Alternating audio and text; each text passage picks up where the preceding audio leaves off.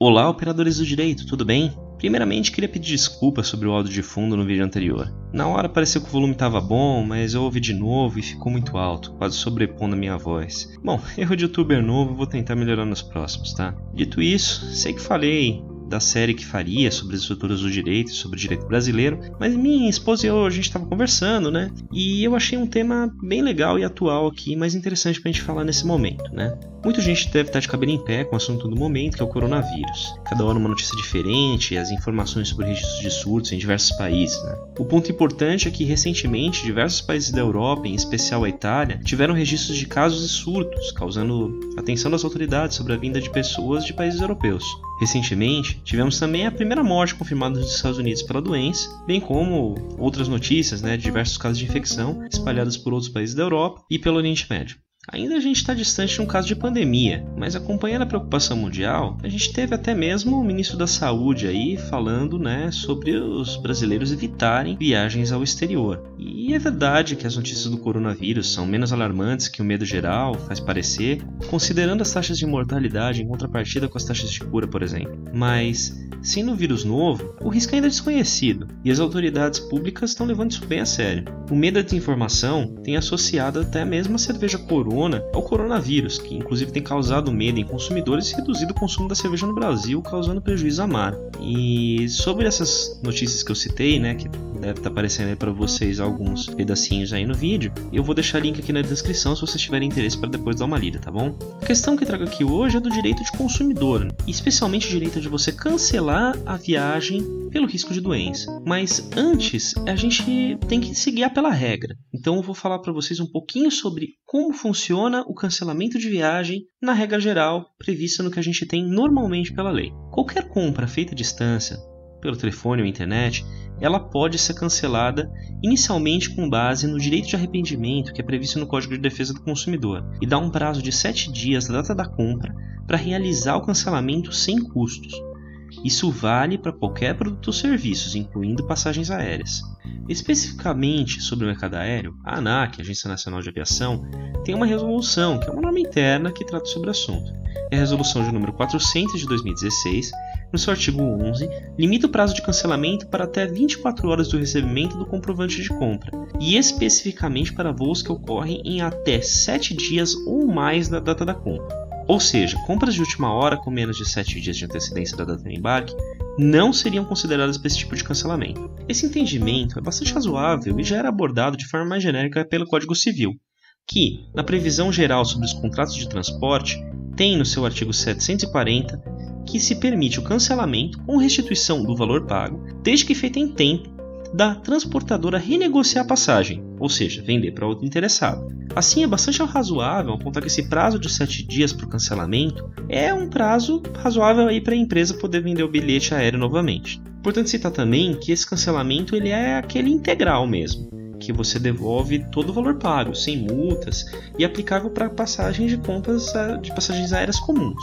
Ele engloba, inclusive, até a devolução de tarifas de embarque. Eu vou falar um pouquinho de tarifas de embarque depois. Agora, situações de cancelamento com multa, devolução parcial de valores pagos em caso de cancelamento, por exemplo, por no-show, não comparecimento no embarque, tem também algumas previsões específicas, quando você cancela em outras situações. O Código Brasileiro de Aeronáutica, Lei 7.556 de 1986, estabelece no artigo 228 que o bilhete da passagem aérea tem validade de 1 ano.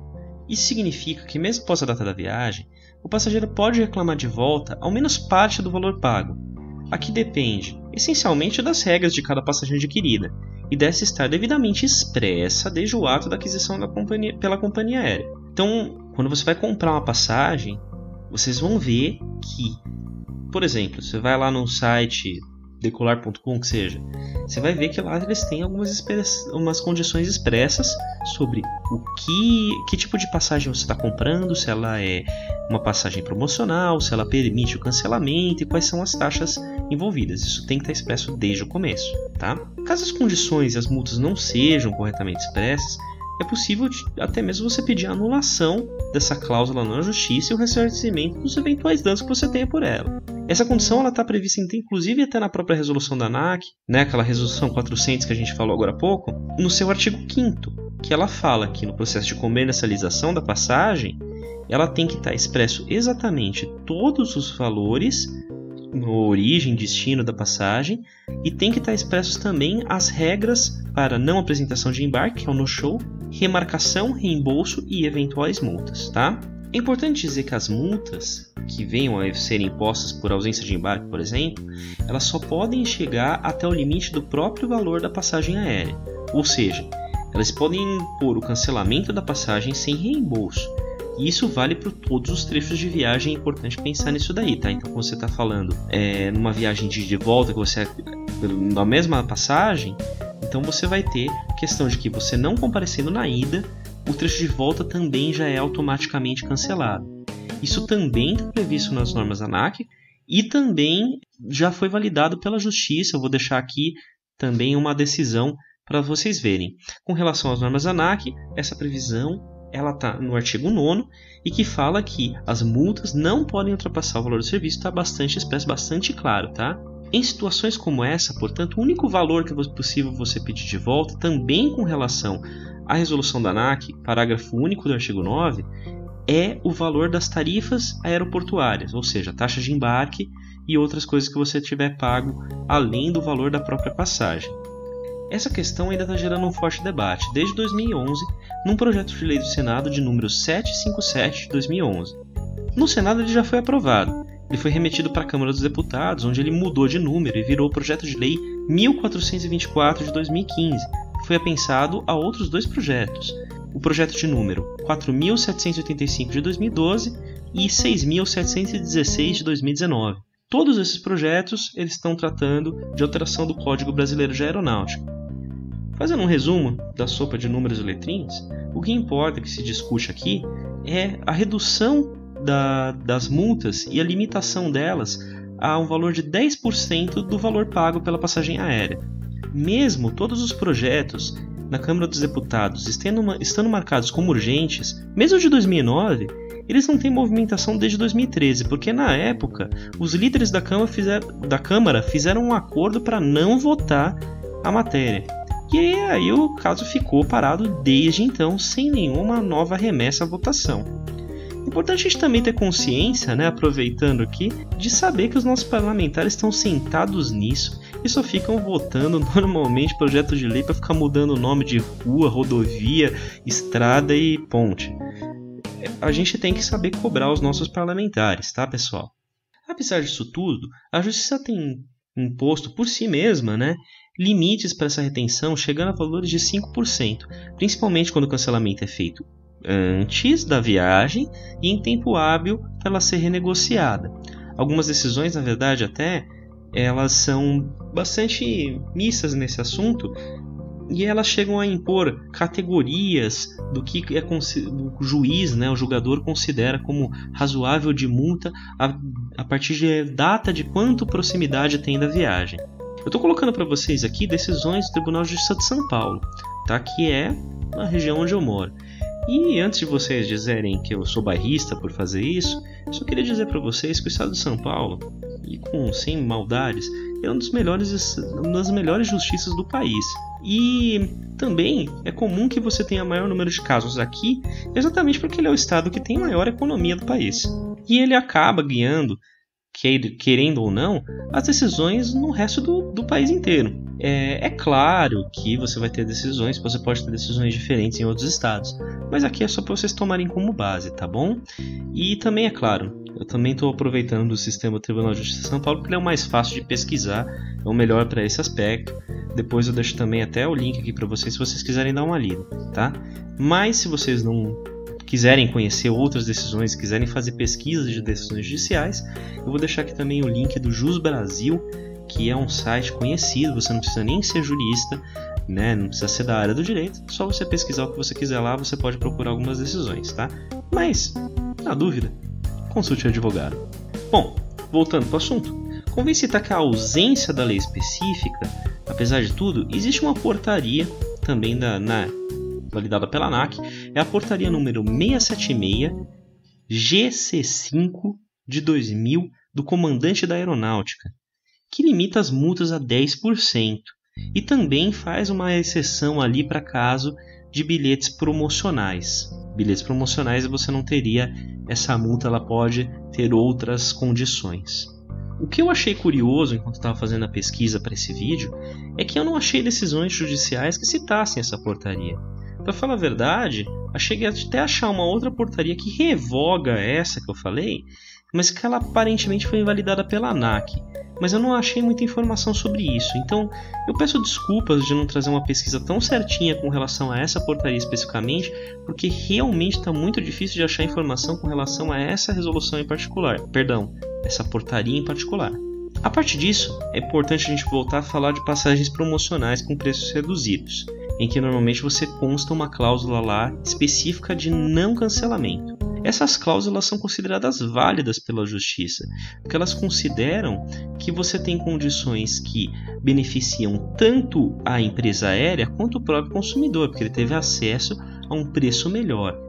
Então, as empresas aéreas podem impor essas condições, desde que elas deixem evidente que a passagem, mesmo que cancelada, não terá direito a reembolso. Inclusive, eu estou deixando aqui para vocês uma decisão judicial nesse sentido.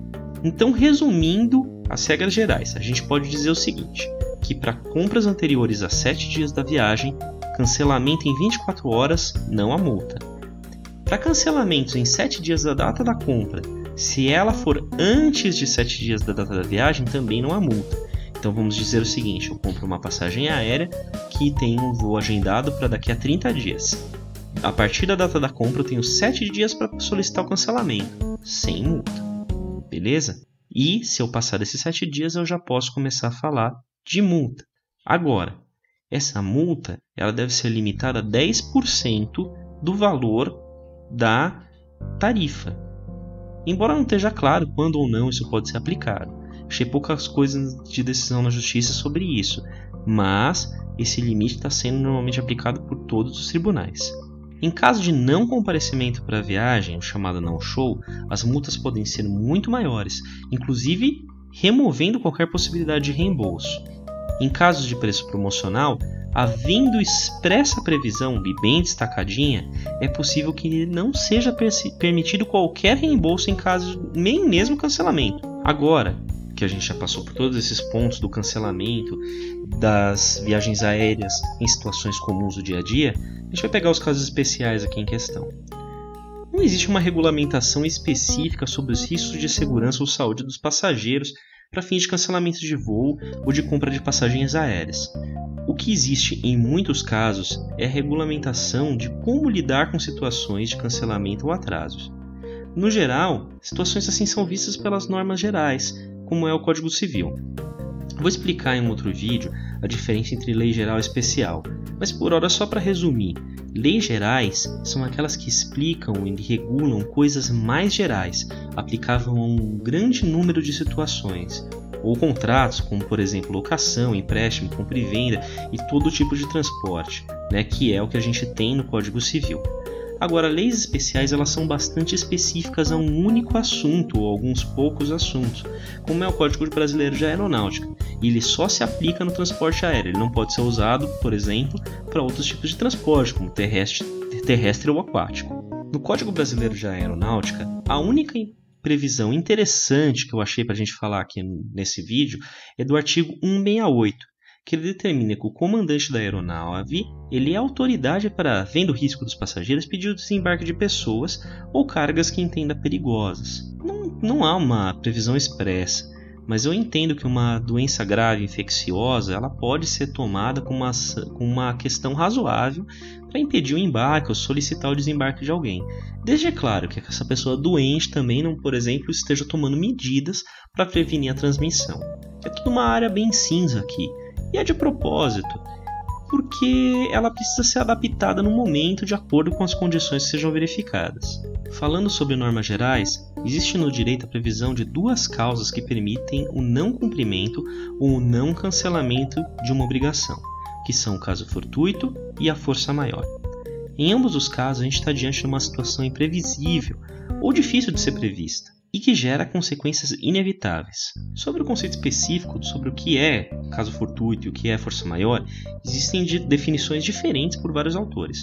Alguns fazem referências a forças da natureza, como terremotos ou chuvas fortes, ações humanas, como greves, ou acontecimentos diretos à pessoa, como uma doença que deixa ela desabilitada, ou externos, como a queda de uma ponte que impeça uma viagem. A verdade é que isso pouco importa, pois distinguir os conceitos não vai mudar nada na sua aplicação. Tirando isso de lado, no direito civil, são vários os artigos que falam sobre caso fortuito e força maior, em que, em todos os casos, permitem a quem estiver sofrendo a consequência deixar de pagar ou cumprir uma obrigação sem qualquer multa ou responsabilidade.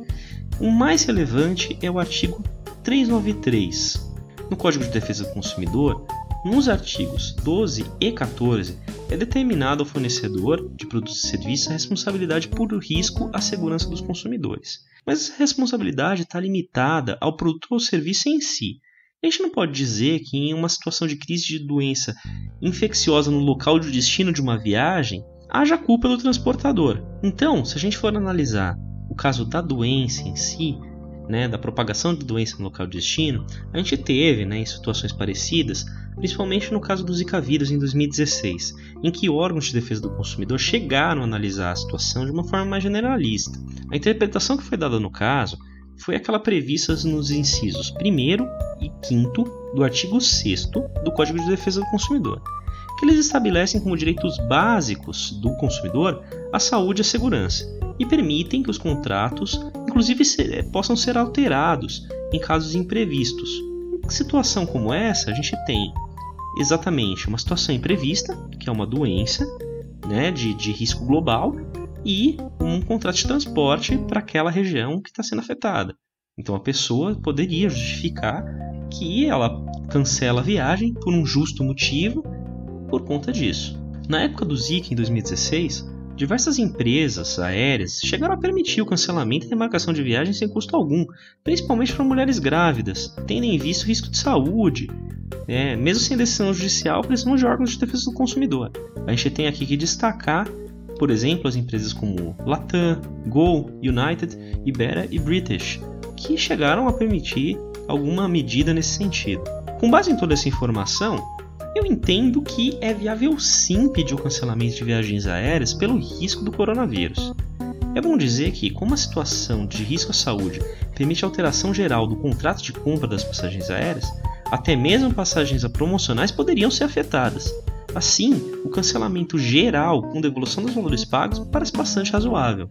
É claro que, caso você venha pedir isso, muito provavelmente você vai ter que primeiro justificar bem o risco de acordo com o seu destino. Se o lugar onde você for não tiver surto de doença, o risco de estar em locais aglomerados ou fechados, como no avião ou no aeroporto, pode não ser reconhecido como uma justificativa razoável. E, mesmo bem justificado, ele pode ser negado. Então, com base nas próprias cláusulas contratuais. Nesse caso, só entrando na justiça mesmo, É bom lembrar que, em processos no valor de até 20 salários mínimos, não é preciso de advogado. E qualquer pessoa pode entrar buscando o juizado especial, o antigo tribunal de pequenas causas da sua região. Normalmente, faculdades de direito têm núcleos de atendimento, onde estudantes fazem a preparação dos processos para a população de graça. Basta procurar um pouco na internet que você deve achar alguma coisa perto de você.